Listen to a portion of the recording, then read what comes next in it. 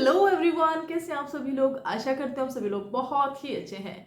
तो बहुत अच्छी अपॉर्चुनिटी है, गोल्डन अपॉर्चुनिटी है, लीगल वैकेंसी है।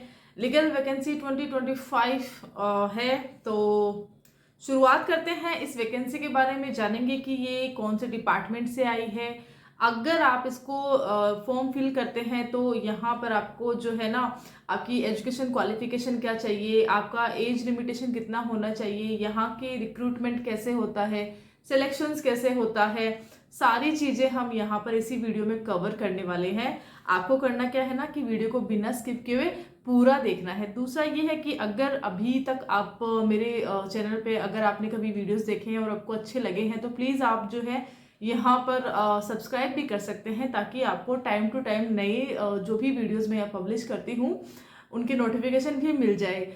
दूसरा ये रहता है कि मैं यहाँ पर सिर्फ और सिर्फ लीगल के रिगार्डिंग जितने भी वैकेंसीज आती है या जजमेंट्स आते हैं, अपडेट होती है, जो भी एग्जामिनेशंस रहते हैं हमारे लीगल डिपार्टमेंट के, जुडिशरी के, उसके रिगार्डिंग कोई भी लेटेस्ट अपडेट रहता है ना, तो वो सारी चीज़ें मैं यहाँ पर शेयर करती हूँ टाइम टू टाइम। तो चलिए शुरुआत करते हैं इस वैकेंसी के साथ में।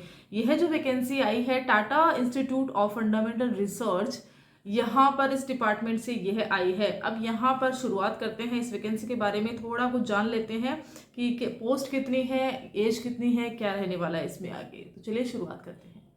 ओके, तो अब जैसे हमने देखा है कि ये जो डिपार्टमेंट है इसने वेरियस पोस्ट पे यहाँ पे वैकेंसीज अनाउंस करी है। ग्रेजुएशन है अगर किसी का, या तो कोई पोस्ट ग्रेजुएशन में है, वो भी जाके यहाँ की वेबसाइट में चेक कर सकते हैं। पर क्योंकि मैं यहाँ पे सिर्फ और सिर्फ लीगल डिपार्टमेंट से बताने वाली हूँ, तो लीगल डिपार्टमेंट में यहाँ पर एडमिनिस्ट्रेटिव ऑफिसर की एक जॉब है, जो कि लेवल फर्स्ट ग्रेड की हम बोल सकते हैं कि यहाँ पर एक लेवल के आप यहाँ पे ऑफिसर के रूप में आपको नियुक्ति मिलेगी। और पोस्ट कितनी है, तो 1 पोस्ट पर यहाँ पर यह जो वैकेंसी है यह आई है। दूसरा ये है कि एज का क्या रहता है, तो 40 मैक्स टू मैक्स आपका एज यहाँ पर है, मतलब आपको 40 से ऊपर नहीं होना है। 40 के अगर पहले तक अगर आपकी एज है तब आप जो है इसको फिल कर सकते हैं। दूसरा ये रहता है कि हम बात करते हैं इसकी सैलरी की बात करते हैं, तो सैलरी यहाँ पर है लेवल 10 की सैलरी मिलने वाली है, जो कि 1,13,689 रुपए आपको यहाँ पे मिलने वाले हैं। और भी अदर यहाँ के डिपार्टमेंट की तरफ से कुछ अलाउंसेस रहते हैं, वो भी आपको मिलते हैं, सीएल आपको मिलती है, सारी चीज़ें हैं। तो बहुत अच्छी जॉब है और ये है। यहाँ तक हमने देखा है। अब इसके बारे में हम बात करेंगे। इसके पूरा जो आपको डिटेल नोटिफिकेशन है ये यहाँ की वेबसाइट में आपको जाके देखना है, क्योंकि कुछ रूल्स रेगुलेशंस रहते हैं। हर एक डिपार्टमेंट जो भी यहाँ पर वैकेंसीज अनाउंस करते हैं ना, तो उनके खुद के कुछ रूल्स रहते हैं, टर्म्स कंडीशंस रहती है। तो वो हम जब भी हम ये यहाँ पर फॉर्म डालते हैं ना, तो इससे पहले हमें पूरी जो है ना जांच करनी चाहिए, अच्छे से रीड आउट करना चाहिए हर एक नोटिफिकेशन को, जिसको कि हम इंटरेस्ट कर रखते हैं कि हाँ हमें ये यहाँ पर ये फॉर्म डालना है। उसके बाद में एक बार को सब टर्म्स कंडीशंस आप एक्सेप्ट करते हो, उसके बाद में आप जो है इसमें क्लेम या चैलेंज भी नहीं कर सकते हो।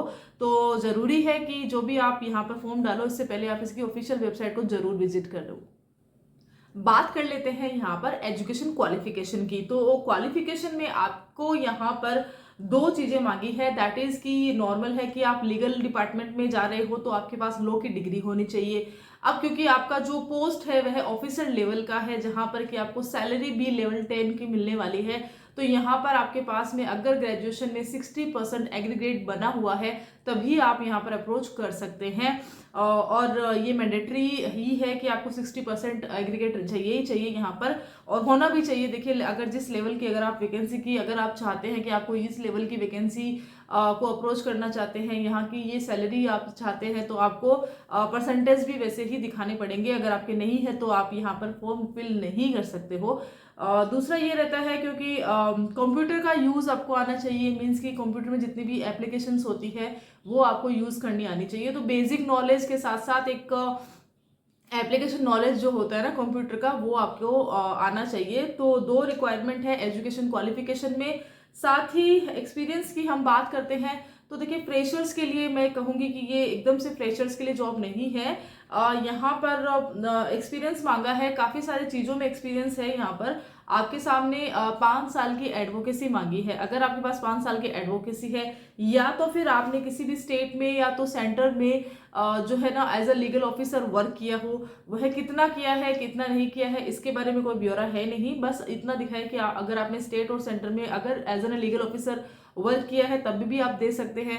तो नॉर्मल है ना कि स्टेट में लीगल ऑफिसर में अगर आपने वर्क किया है तो नॉर्मल आपकी एक सैलरी फिक्स रहती है, जो कि यहाँ पर जो सैलरी मिल रही है ना उसकी आधी ही रहती है। तो अगर आप इस डिपार्टमेंट से भी जाते हैं तो एक अच्छा डिपार्टमेंट और मिलता है, साथ ही सैलरी भी इंक्रीज मिलती है, तो काफ़ी अच्छा अपॉर्चुनिटी रहती है लीगल ऑफिसर्स के लिए भी। दूसरा ये भी है कि अगर आपने लीगल एसोसिएट रहे हो या तो किसी भी लीगल ऑर्गेनाइजेशन में या तो फिर लीगल कंसल्टेंट के रूप में आपने किसी वकील के यहाँ पर जो है अपनी सेवाएं दी है, सर्विस दी है, या तो सॉलिसिटर के ऑफिस में आपने वर्क किया है। इस तरह से लीगल एडवोकेसी के साथ साथ काफ़ी सारी चीज़ें जो है आपको अथवा में और में पूछी भी है। तो कोई भी अगर आपको लगता है कि ये क्वालिफिकेशन मुझ में है, मैंने यहाँ पर एज एन लीगल ऑफिसर काम किया है, कंसल्टेंट के रूप में मैंने यहाँ पे काम किया है, सॉलिसिटर के ऑफिस में मैंने काम किया है, तो आप जो है ये सारी चीज़ें दिखा सकते हैं, अपने सर्टिफिकेट यहाँ पे दिखा सकते हैं।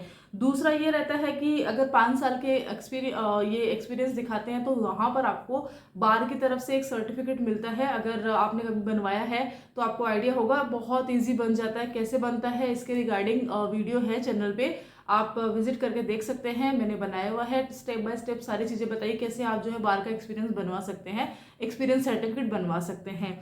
दूसरा ये कि यहाँ पे कोई रेगुलर एडवोकेसी नहीं मांगी। देखिए कई बार क्या होता है ना कि मेरे पास काफ़ी सारे क्वेश्चंस भी आते हैं कि उनकी लॉ कंप्लीट बहुत जल्दी हो जाती है लेकिन फिर वो प्रैक्टिस में नहीं जाते हैं, अपना जो है ना तैयारी में रहते हैं, जुडिशरी की प्रिपरेशन में रहते हैं।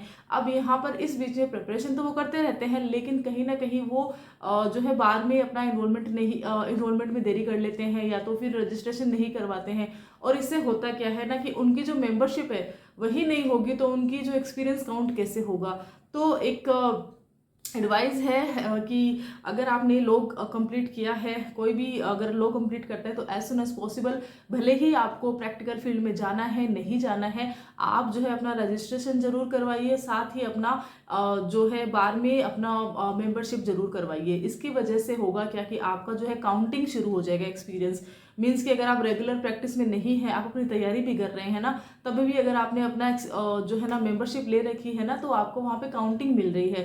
कभी भी अगर इस तरह की अपॉर्चुनिटी आपके सामने आती है तो आपको बिल्कुल टाइम नहीं लगेगा अपनी कंसर्न बार में जाके एक्सपीरियंस लेटर निकलवाने में। तो ये चीज़ है। तो कई बार होता है ना कि हम ये चीज़ मौका चूक देते हैं, बहुत बार होता है और बहुत सारे स्टूडेंट्स को रहता है। रीज़न ये रहता है ना कि एक प्रॉपर गाइडेंस मिलती नहीं है कि हमें कब मेंबरशिप लेनी है, कब रजिस्ट्रेशन करवाना है। तो एक प्रॉपर गाइडेंस के रूप में ही आप ये जो एडवाइस आप ले सकते हैं। अगर किसी के साथ भी ऐसा है कि उनको काफ़ी टाइम हुआ है लेकिन अभी तक उन्होंने रजिस्ट्रेशन नहीं करवाया है तो एज सुन एज पॉसिबल करवा लीजिए। ओके, डिजायरेबल भी यहाँ पर मांगे। डिजायरेबल में क्या, चलिए ये भी जान लेते हैं।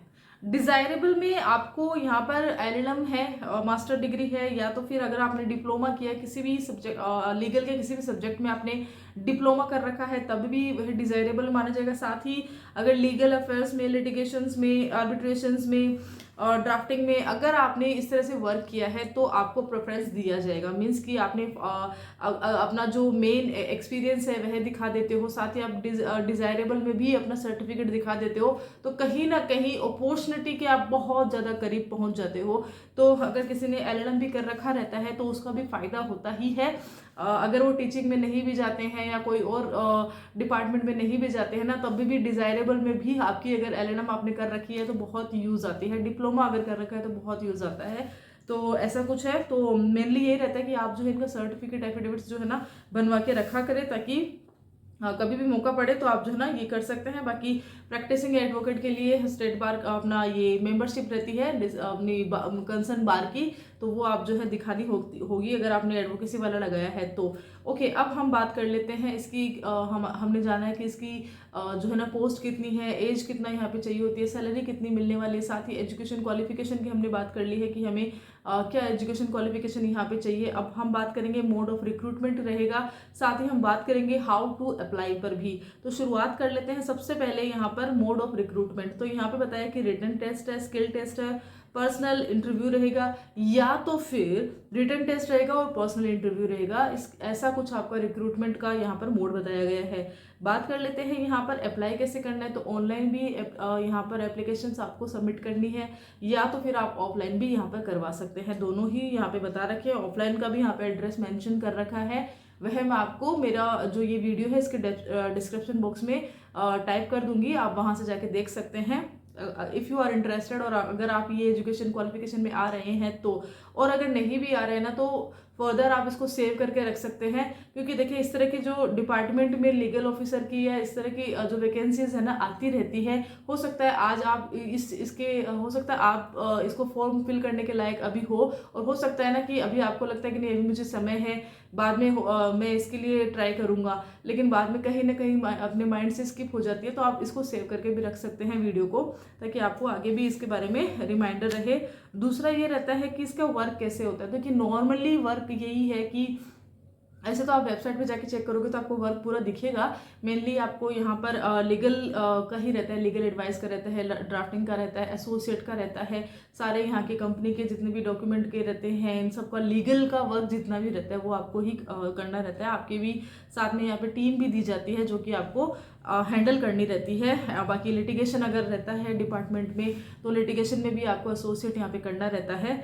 ये सारी चीज़ें रहती है। ऑनलाइन आपको यहाँ की वेबसाइट पे जाके करना ही है।